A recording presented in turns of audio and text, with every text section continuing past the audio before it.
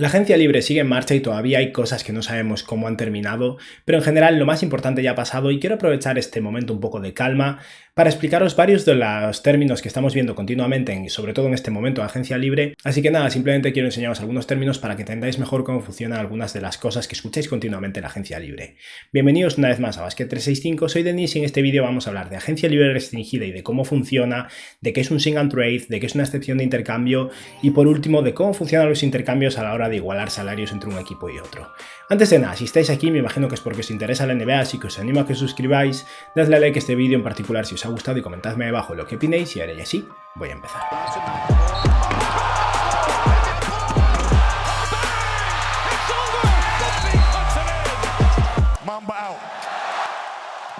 Dos cosas. La primera es recordaros que este es el segundo vídeo ya de esta serie de vídeos a los que he decidido llamar Agencia Libre 101, en los que explico un poco cómo funcionan estas cosas. En el vídeo anterior hablé de cosas como los derechos Birth y de las excepciones de mid-level. Si queréis verlos pongo por aquí el enlace o por aquí. Y de todas formas estará en la playlist en la que estará este vídeo también. Y la segunda cosa, hoy voy a hacer un directo en Twitch a las 10 de la noche hora española, lo anunciaré también en Twitter y en la comunidad de YouTube, pero eso, me veréis ahí en directo. He añadido algunos cambios, ya tengo el afiliado de Twitch, como muchos sabréis, he añadido notificaciones por suscriptores y un par de cosas más. Todavía hay mucho que mejorar, pero si os apetece pasaros, tengo pensado hacer una tier list en directo de cómo ha ido la agencia libre para cada equipo de cada conferencia, primero del oeste y luego del este o viceversa.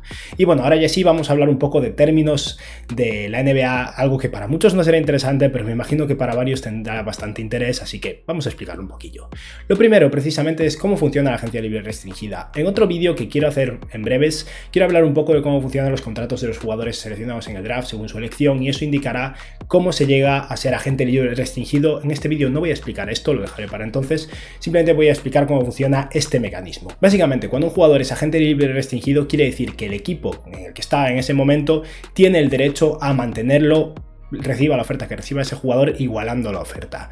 ¿Cómo funciona esto? Hay varias cosas. Para empezar, el equipo debe ofrecerle una qualifying offer, se llama, que es una cantidad de dinero que ya viene preestablecida. Depende un poco de dónde fue seleccionado ese jugador en el draft, en la primera ronda, o si fue seleccionado en la segunda ronda, puede ser de 2,1 millones de dólares o 4,7 millones de dólares, dependiendo de si ha sido titular X partidos o si ha jugado X minutos. Esto ya está preestablecido, pero básicamente el equipo debe ofrecerle esa qualifying offer, que es una oferta de un único año y X cantidad de dinero. Pueden ser 5 millones, 7, 3, depende un poco. Esa qualifying offer es algo que al final el jugador puede aceptar, y si toma esa oferta de un año de contrato, el año siguiente será agente libre sin restricciones. Un ejemplo de esto es precisamente Bruce Brown este año. Bruce Brown iba a ser agente libre restringido con los Nets y me imagino que no llegaron a un acuerdo, no le gustó su mercado o simplemente quería quedarse por un año más por una cantidad adecuada para los Nets y luego ya negociarían. No sabemos realmente lo que han acordado de cara a la próxima temporada, pero Bruce Brown ha aceptado la qualifying offer de 4,7 millones de dólares que le correspondía por parte de los Nets, con lo que no va a ser agente libre, simplemente va a tener un año de contrato cobrando 4,7 millones de dólares y el año que viene será agente libre sin restricciones.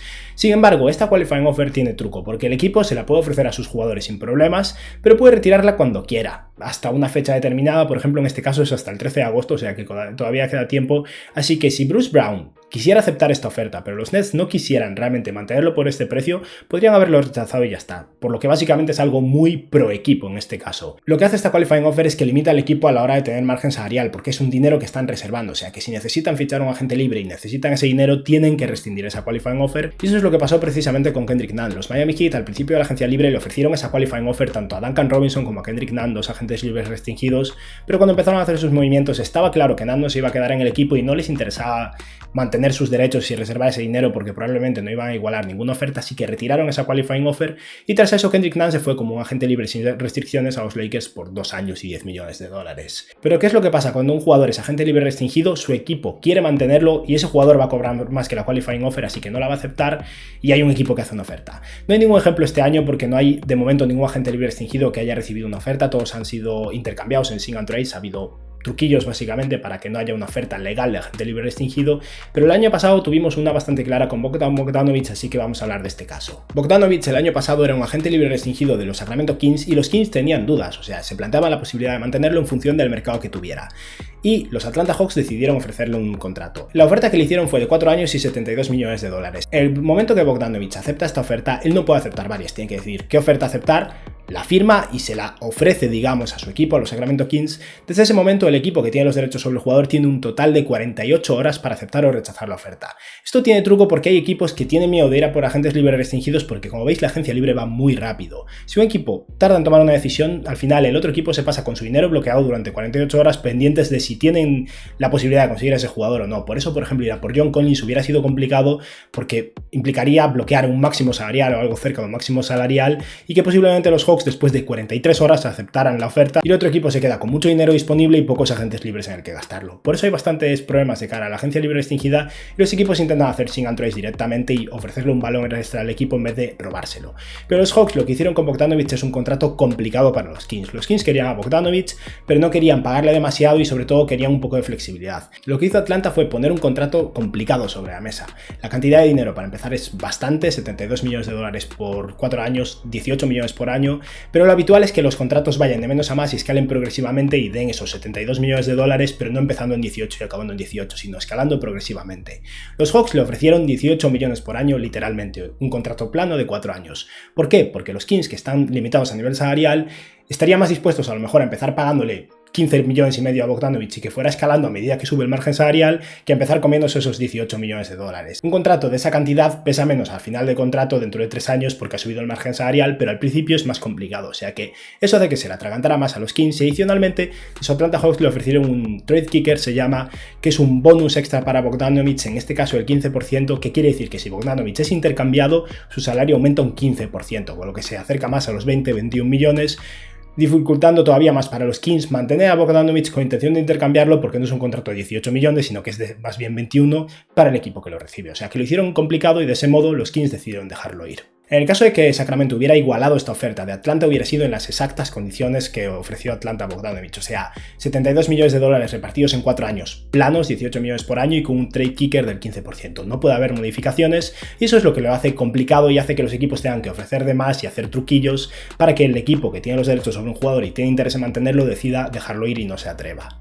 Con esto vamos a hablar un poco de los intercambios, porque es algo que estáis viendo mucho y en general supongo que todos os hacéis una idea de cómo funciona. Los equipos tienen que igualar más o menos el contrato que llega con el contrato que envían, pero varía un poco en función de si el equipo está por debajo del margen salarial, por encima del margen salarial pero por debajo del impuesto de lujo o por encima del impuesto de lujo.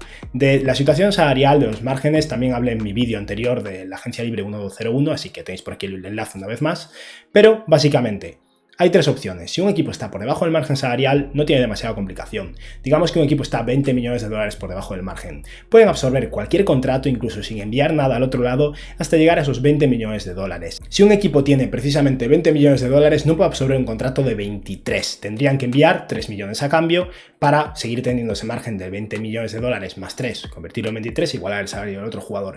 Hay un margen extra de 100.000 dólares, o sea, si fuera un contrato de 20,1 millones de dólares, un equipo con 20 millones de dólares en salario podría absorberlo, y esto es algo que pasa en todas las situaciones. Hay 100.000 dólares arriba, 100.000 dólares abajo, que en salarios de NBA es muy poco, pero puede que en ocasiones sea la diferencia entre que se puede hacer un intercambio o no. Un ejemplo de un intercambio entre equipos por debajo del margen salarial fue precisamente el sign and trade de Lonzo Ball, porque tanto los Hornets como los Bulls tenían más dinero de lo que estaban recibiendo. Los Bulls tenían unos 20 y algo millones de dólares en salario después de enviar a Satoransky al otro lado por debajo del margen salarial, o sea que podían absorber los 21 millones de dólares de Lonzo Ball, y los Pelicans tenían por encima de 30 millones de dólares en margen salarial, o sea que absorber los 10 millones de dólares de Satoransky y el contrato de Garrett Temple, que aún no sabemos de cuánto es, pero que es de muy poco, no suponía un problema, así que podían permitirse hacer este intercambio. Así que si bien este intercambio no cuadra en absoluto a nivel salarial, hay unos 10 millones de dólares de diferencia entre un equipo y el otro, como los dos equipos tienen margen salarial, no importa y podían hacerlo sin más. La siguiente opción es la de los equipos que están por encima del margen, que ahora mismo son unos 112 millones de dólares, pero por debajo del impuesto de lujo, que son unos 136 millones. Los equipos que están en ese punto intermedio pueden recibir un 175% del salario que están enviando. Eso quiere decir que si, por ejemplo, estuvieran enviando un contrato de 10 millones de dólares a otro equipo, podrían recibir hasta 17,5 millones de dólares, o en el caso de que sean contratos muy pequeños y sean cantidades muy limitadas, realmente podría ser hasta un más 5 millones. O sea, si fuera un contrato de 1,5 millones, el 75% no aumenta demasiado eso, pasarían a ser 2 millones y algo, no llegan a 3, pero realmente podrían enviar un contrato de 1,5 millones y conseguir 6,5 millones a cambio. Así es como funciona esto. Como veis, parece un poco complicado, pero tampoco lo es tanto. Un ejemplo de un intercambio que tuvimos hace unos días así fue el de Taurean Prince por Ricky Rubio. Prince cobraba unos 12,5 millones de dólares, 12,25 millones, mientras que Ricky Rubio cobraba 16, o sea que había un poco más de 4 millones de dólares de diferencia de salario, y teniendo en cuenta que un aumento del 75% de lo que cobra Taurean Prince sería más de 20 millones de dólares, no tenía ningún tipo de problema, dado que ninguno de los dos equipos está por encima del impuesto de lujo. Obviamente, el equipo que recibe menos salario no tiene ningún problema. Cualquier equipo puede siempre enviar un jugador más caro y recibir uno más barato. Eso no supone ningún tipo de complicación y siempre pueden hacerlo. Y la última de las situaciones es la de los equipos que están por encima del impuesto de lujo, o sea, por encima de los 136 millones de dólares en salario, y en ese caso lo máximo que puede conseguir el equipo de margen extra es un 25%, o sea, un 125. Lo que quiere decir que si enviaran un jugador de 10 millones de dólares de salario, lo máximo que podrían absorber a cambio serían 12,5 millones. Un ejemplo que ha pasado ahora mismo muy complejo y que he simplificado es el intercambio de Westbrook a los Lakers, porque se ha convertido al final en un intercambio de 5 bandas y de este modo se ha convertido en un intercambio de 2 equipos por encima del impuesto de lujo. Tened en cuenta una cosa, todos estos intercambios están acordados, pero la agencia libre va antes, o sea que si bien el intercambio de Westbrook lo sabemos desde hace días, no va a hacerse legal o a finalizarse hasta que hayan terminado todos los fichajes, y por eso han podido, después de acordar el intercambio, maniobrar para hacerlo cuadrar todo.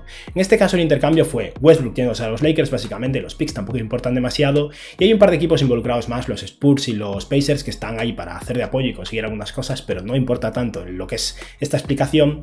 Y al final lo importante es Lakers, Wizards y Nets. Los Nets enviaron a Spencer Dinwiddie a los Washington Wizards con un nuevo contrato de un poco más de 20 millones de dólares de salario por año, y esto los Wizards, que están por encima del impuesto de lujo, lo han agrupado con el intercambio de los Lakers para sumar a KCP con Kyle Kuzma, con Montrezl Harrell y con Spencer Dinwiddie, y ahí están recibiendo unos 49 millones de dólares en salario y están enviando al otro lado a Westbrook, que cobra 44 millones. Para que los Wizards puedan absorber todos estos contratos no puede suponer más de un 25% más de lo que están enviando al otro lado, que son los 44 millones de Westbrook, y en este caso suman unos 49 millones con algo cuando podrían absorber hasta unos 55, o sea que este intercambio puede parecer muy complejo, pueden parecer muchos salarios, pero es legal precisamente porque está dentro de ese margen del 25%.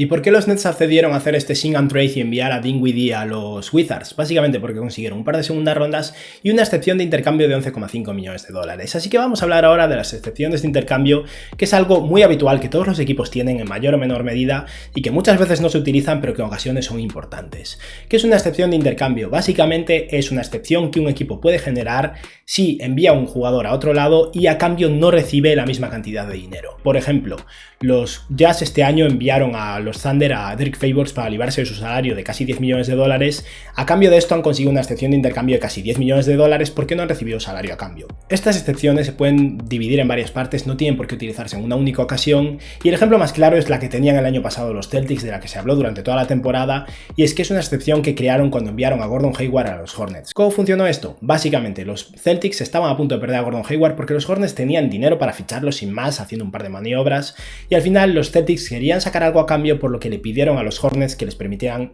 conseguir una trade exception. Les pagaron un par de segundas rondas por esto, obviamente, los equipos no regalan las cosas sin más, y a cambio lo que consiguieron los Celtics fue hacer un sing and trade de Gordon Hayward, no lo perdieron sin más, o sea que en cierto modo lo intercambiaron a los Hornets sin recibir ningún jugador a cambio, y esto generó una trade exception del salario de ese primer año de Hayward, que eran 28,5 millones de dólares. Con esa excepción de intercambio los Celtics podían conseguir jugadores, no valen para fichar agentes libres, no puedes utilizarla estando por encima del margen salarial para fichar a un agente libre, pero sí pueden recibir jugadores. Y los Celtics la dividieron en dos, porque es algo que pueden hacer, podrían dividirla en muchas partes. Una parte de unos 17 millones la utilizaron para conseguir a Evan Fournier y la otra la han utilizado hace poco. Esas excepciones no se pueden inflar añadiendo jugadores para aumentar el salario. Los Celtics, con esos 28,5 millones de dólares de excepción, no podían conseguir un jugador que cobrara 30 millones aunque enviaran a alguien que cobra 1,5 millones más junto a la excepción. No funciona así. Si bien los jugadores no se pueden sumar a una excepción, sí que se pueden sumar picks para conseguir valor, básicamente. Por eso los Celtics por Fournier pagaron un par de segundas rondas, los Magic se libraron de su contrato y a cambio los Celtics pasan a gastar 17, algo millones de dólares de esa excepción y pagan un par de picks. Tras eso le quedaban 11 millones y algo y lo han utilizado hace poco. Y en este caso puede parecer que utilizaron a un jugador, pero realmente tiene truco. Les quedaban unos 11,6 millones de dólares, que es precisamente el salario de Josh Richardson, así que absorbieron el contrato de Josh Richardson de los Mavericks y enviaron a cambio a Moses Brown. Pero Moses Brown no está ahí para aumentar la excepción de intercambio, ni siquiera porque haga falta para hacerlo viable. Está ahí básicamente porque los Celtics querían librarse de un poco más de salario y de ese modo se libran del 1,5 millones que cobra Moses Brown y lo enviaron a los Dallas Mavericks. Pero este intercambio podrían haber sido perfectamente dos intercambios diferentes. Por un lado, Josh Richardson entrando en la excepción de intercambio de los Celtics y por otro lado Moses Brown yéndose a los Dallas Mavericks, que tenía margen salarial de sobra para absorber un contrato de 1,5 millones. O sea que si bien este intercambio está planteado como un único movimiento, realmente son como dos movimientos unificados para simplificar. Y con esto ya vamos a hablar de la última cosa que he mencionado varias veces a lo largo del vídeo y que cada vez es más popular y va a seguir siéndolo porque es el truco que tienen los equipos para conseguir jugadores aun si están por encima del margen salarial, y eso es el Sing and Trade. Un Sing and Trade es básicamente la traducción literal del inglés, firmar e intercambiar. ¿Cómo funciona? Básicamente los equipos sí que pueden intercambiar a un jugador a otro equipo aunque esté por encima del margen salarial, sí, cuadra a nivel salarial como veíamos antes. Pero un equipo no puede, si está por encima del margen salarial, fichar a un agente libre. Entonces, lo que hacen es que ese jugador ficha con su equipo actual, no para quedarse ahí, porque de hecho cuando un jugador acaba de fichar tiene que pasarse 3 meses en ese equipo, no puede ser intercambiado, pero mediante un Sing and Trade sí que se puede intercambiar al momento. Ese jugador ficha con ese equipo y al momento es intercambiado a otro lado. Hay varias normas aquí, por lo que no es un contrato normal del todo. Para empezar, el contrato tiene que ser de un mínimo de 3 años de contrato. Solo uno tiene que ser garantizado, es verdad, pero tienen que ser 3 años sin opciones en ningún caso. O sea que, por ejemplo, para que los Miami Heat consigan a Kyle Lowry es completamente imposible que le ofrezcan 2 años de contrato, tienen que ser 3, pero sí que es posible que 2 de los años sean no garantizados o parcialmente garantizados. Eso es algo que no sabemos y que posiblemente no va a pasar teniendo en cuenta el poder que tenía Kyle Lowry en esta agencia libre. El equipo receptor pasa a tener un impuesto salarial duro. Esto es algo de lo que he hablado también en mi vídeo anterior, si queréis ir a verlo, pero básicamente eso quiere decir que el equipo no puede quedarse por encima del tax apron en ningún momento, está prohibido totalmente, y esos son 143 millones de dólares. O sea, cualquier equipo que este año ha conseguido un jugador en un Sing and Trade, como los Washington Wizards, como los Chicago Bulls, como los Miami Heat, por ejemplo, no puede superar los 143 millones de dólares en salario, está prohibido. El resto de equipos podrían hacerlo, simplemente pagan más en impuestos. Aparte de eso, funciona como un intercambio normal. En el caso, por ejemplo, como el de los Bulls que veíamos antes, Lonzo Ball entró en el margen salarial de los Chicago Bulls, que tenía margen salarial. Intercambiaron jugadores, pero ni siquiera hacía falta. Podría haber sido un Sing and Trade de Lonzo Ball a los Chicago Bulls a cambio de una segunda ronda, pero los Bulls querían librar el salario de Satoransky, consiguieron convencer a los Pelicans de que se coman ese contrato y, por ejemplo, Garrett Temple era un agente libre, o sea que sabemos que era un Sing and Trade, todavía no sabemos qué contrato era, pero eso quiere decir que Temple se va a los Pelicans con un mínimo de 3 años de contrato. Lo más probable es que solo tenga el primer año garantizado, porque eso es obligatorio y los otros 2 sean contratos no garantizados, pero sabemos como mínimo que Temple tiene 3 años de contrato. En el caso de un Sing and Trade por un equipo por encima del margen salarial, pero por debajo del impuesto de lujo, como decíamos antes, no puede superar más del 75% de diferencia, y si es un equipo por encima del margen salarial, no puede superar el 25%, y una vez más, no puede superar los 143 millones de dólares. O sea que son equipos que se quedan limitados entre esos 136 y 143 millones de dólares, y lo más probable es que tengan que enviar salario a otros lados. Y lo último, evidentemente, dado que funciona como un intercambio normal, en un Sing and Trade no es necesario que sea un intercambio directo. Por ejemplo, en el caso de los Miami Heat y los Toronto Raptors, por lo menos a fecha de grabación de este vídeo no sabemos cómo va a ser exactamente el intercambio. Sabemos que Kyle Lowry se va a ir a Miami, asumimos claramente que Goran Dragic se va a ir a otro equipo y van a tener que sumar algo más los Miami Heat.